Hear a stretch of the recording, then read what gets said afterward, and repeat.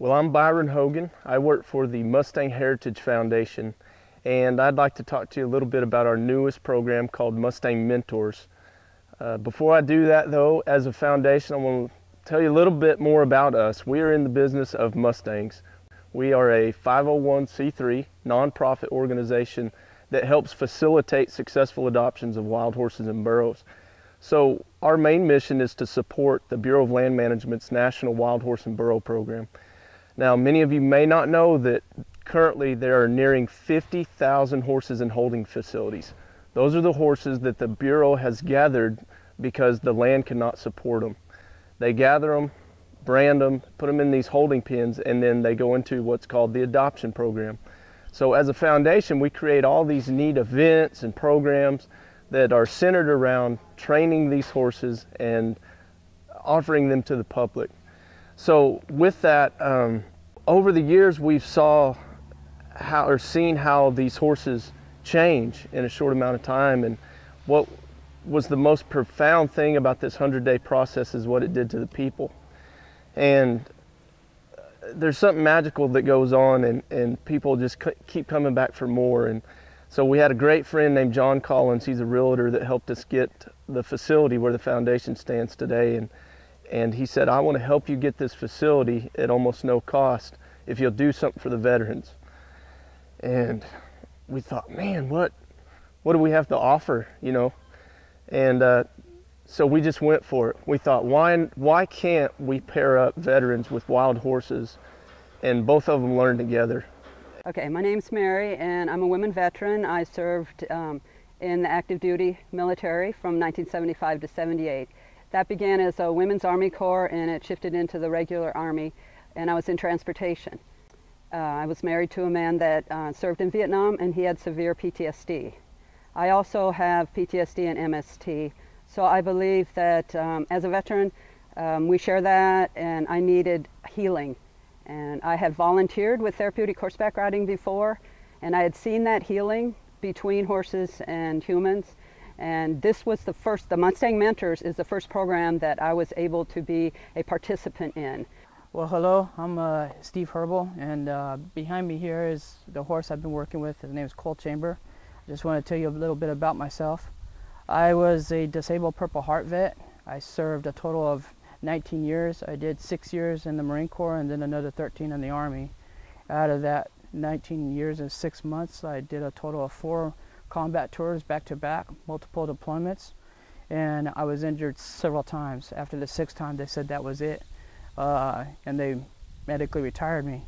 It's so unique. This is a pilot program, and so it's just developing. It's myself and another veteran. We got to pick out our own wild Mustangs. They were untouched from human beings, and so we built total trust and confidence between the horse and ourselves. And for me, what that did was it brought me hope for now, and it gave me dreams for the future.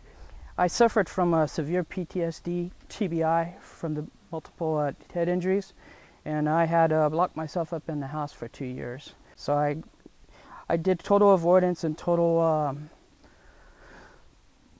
closure from my friends and my family, my loved ones. And a friend of mine, he came and he was really concerned about me for locking myself up in the house, and he said, why don't you try this horse program? I was like, I did all these other programs. I did anger management, sleep hygiene, and I was on 15 medications. It just left me zombified to a couch.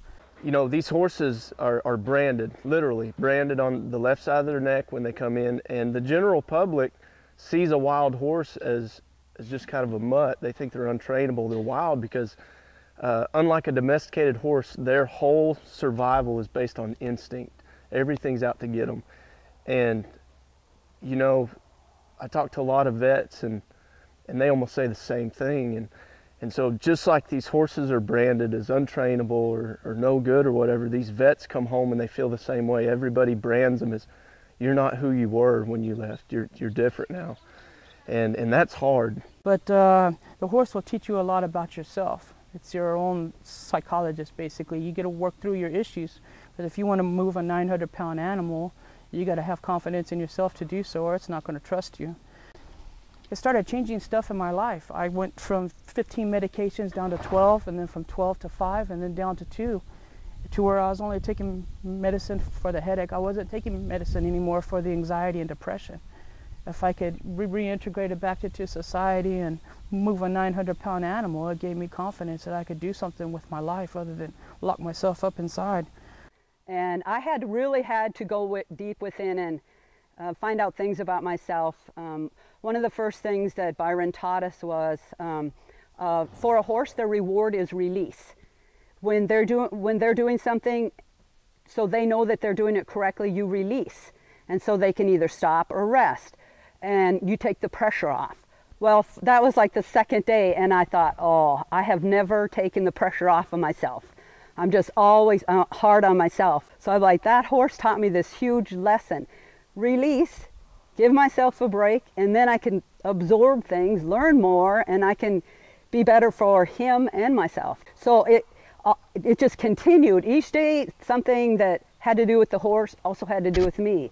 What had to do with me reflected on the horse. So it's like it's a team, it's a unit, and it's connected and it goes back and forth, but it's still like the same. So they come out, they get the chance to see this reactive wild horse that's been through so much, and they see how he can change instantly, and that gives you hope.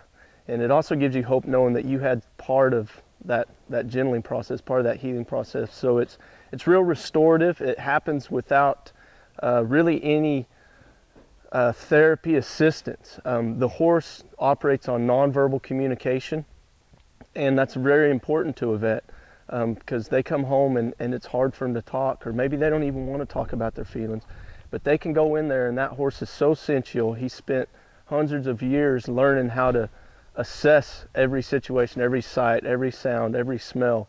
I always tell the vets, when a coyote walks up, he doesn't look like he's a bad person. He doesn't act aggressive or anything, but that horse knows on the inside that animal has got some turmoil going on, and they can sense that in us too. And for us to be able to help that horse, we have to be balanced, and there's just a lot of life lessons learned there.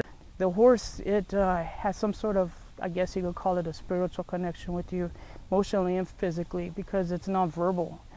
You have to have it right in your head so that the horse will trust you before it follows you, because it's a prey animal instead of a predatory animal. It's tangible evidence.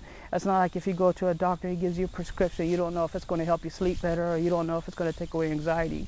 If I don't do something the right way, the horse is going to tell on me.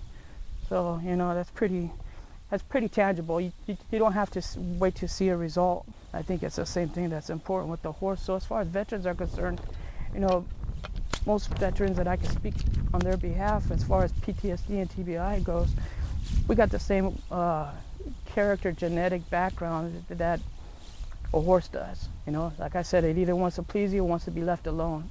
So knowing that, you know, you just go into it and you're not judged. You're not judged why you didn't save your family. You're not judged why you didn't bring home your friends. You're not judged if you got one arm or one leg. It doesn't care. It doesn't even care if you stutter. They don't go by verbal communication. They go by body posture. So I believe in this program. I believe in the results really do change things in your life. You know, it wasn't even 2 years ago I was locking myself up in the house with the pistol to my head, you know, and now I just want to live and keep doing it. I just want to keep paying it forward to the other veterans. Be like that lantern that goes over the bridge and say, it's okay, come on over, it's good. You know, it becomes based on truth. It leaves you the CEO of your own life, makes you no longer a victim but a survivor. In doing this program, I want it to be an example for a veteran and for a wild Mustang, so they can go forward and be adopted out. It can help the Mustang herds, and it can help the veterans, both of which are in drastic, desperate need of help and aid. And it's a perfect match. I really believe that this horse changed me. I think he saved my life, and so I'd like to continue that with other horses and other veterans. And I've seen the change that the horse has given me, and I've seen it in these vets too. And it's just something that we want to move forward. We want to offer this to many, many vets, and we want to get the word out there. And if there's any interest, you can go to mustangheritagefoundation.org mustangheritagefoundation.org. We have a Mustang Mentors tab there.